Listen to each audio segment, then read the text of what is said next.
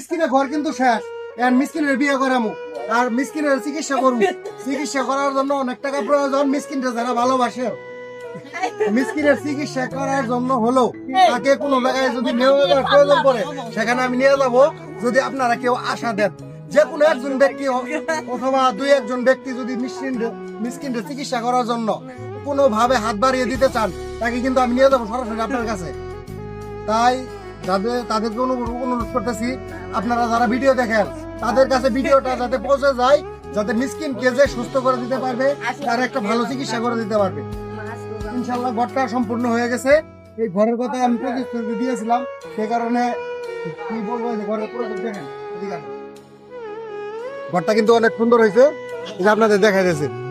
আর এই যে মিসকিন পাগলা, পাগলা আমি বাদ দিবি না, গোসল কালকে করাইছি না, সন্ধ্যাবেলা গোসল করাম। হ্যাঁ